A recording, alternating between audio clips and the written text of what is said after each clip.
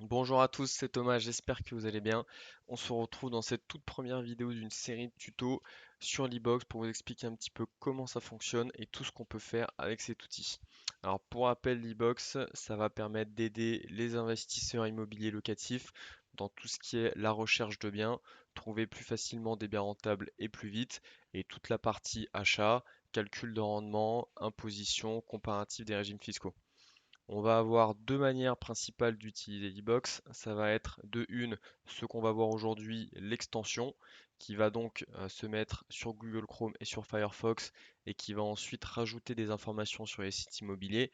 Donc là, pour le moment, on fonctionne sur Le Bon Coin, Se Loger, Logikimo à vendre à louer et on est en train de développer sur tous les autres sites.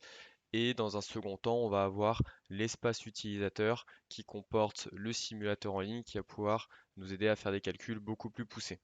Donc aujourd'hui, on va voir un petit peu ce qu'il y a sur le site, comment installer l'extension et les premières fonctionnalités.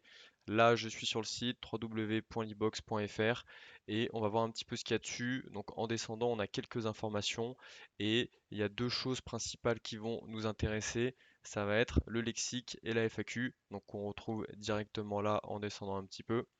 Et là, on va avoir des infos qui sont assez intéressantes.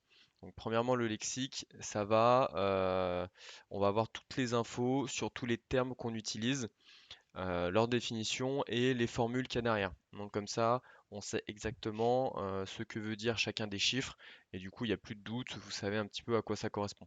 Là-dessus, s'il y a des choses qui ne sont pas répertoriées à l'intérieur de ce lexique, il ne faut pas hésiter à nous envoyer un petit mail. On répond très rapidement. L'adresse c'est contact@libox.fr. Il ne faut surtout pas hésiter, ça nous fait plaisir et nous on essaie de remplir ça au fur et à mesure.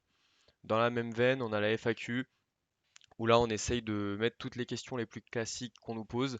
Et donc là, même principe, si jamais vous avez une question, vous pouvez regarder ici. Si jamais il y a quelque chose qui manque, faut pas hésiter à nous envoyer un petit mail et on répondra avec plaisir.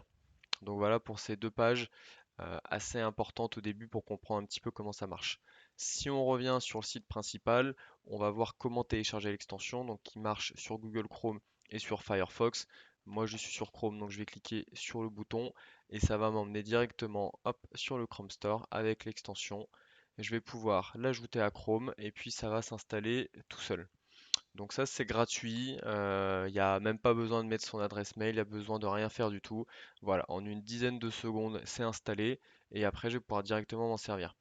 Donc je vais arriver sur Le Bon Coin et là on va voir qu'il y a des choses qui se sont rajoutées. Donc quand je suis dans la catégorie vente immobilière, en fait, on va avoir le bandeau e-box qui se rajoute ici et plusieurs autres fonctionnalités. Donc déjà, ce qu'on voit, c'est que quand je passe ma souris sur les annonces, il y a les photos qui apparaissent à gauche. Et l'idée de l'extension, c'est vraiment de faire gagner un maximum de temps. C'est très très long et c'est pas agréable, on va dire, de faire la recherche immobilière et de devoir ouvrir toutes les annonces pour toutes les analyser pour finalement se rendre compte que ça ne correspondait pas du tout.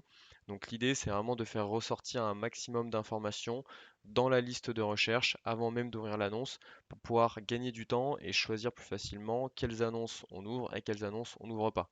Donc qu'est-ce qu'on va retrouver? On a les photos qui s'affichent, ça je l'ai déjà dit, on a la rentabilité qu'on calcule à partir du prix de l'annonce et des loyers estimés, soit les loyers estimés dans la ville, soit ceux qu'on a trouvés à l'intérieur de la description.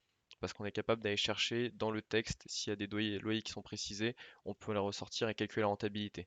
On va avoir une différence de prix au mètre carré qui va pouvoir nous dire est-ce que cette annonce qui est à environ 2000 euros du mètre carré, elle est au-dessus ou en dessous du marché. Donc là, on voit qu'on est un petit peu au-dessus du marché avec 2000 euros au mètre carré dans cette ville.